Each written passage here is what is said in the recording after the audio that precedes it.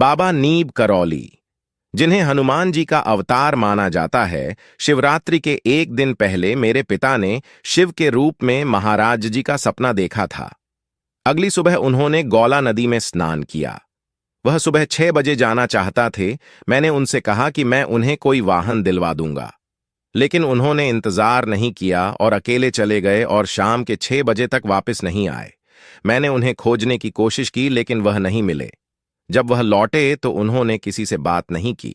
वह अंदर गए और महाराज जी के चित्रों को गले लगा लिया, और जब वे उन्हें साफ कर रहे थे तो उन्होंने कहा, इन चित्रों को इस तरह रखना अफसोस की बात है। वे आपको धोखा दे रहे हैं।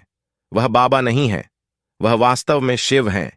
जब मैं नदी में रुद्री कर रहा था, मैंने देखा कि महाराज जी अपने कंबल में एक चट्टान पर बैठे हैं। उनका शरीर विशाल था और उनके सिर से सांप निकल रहे थे।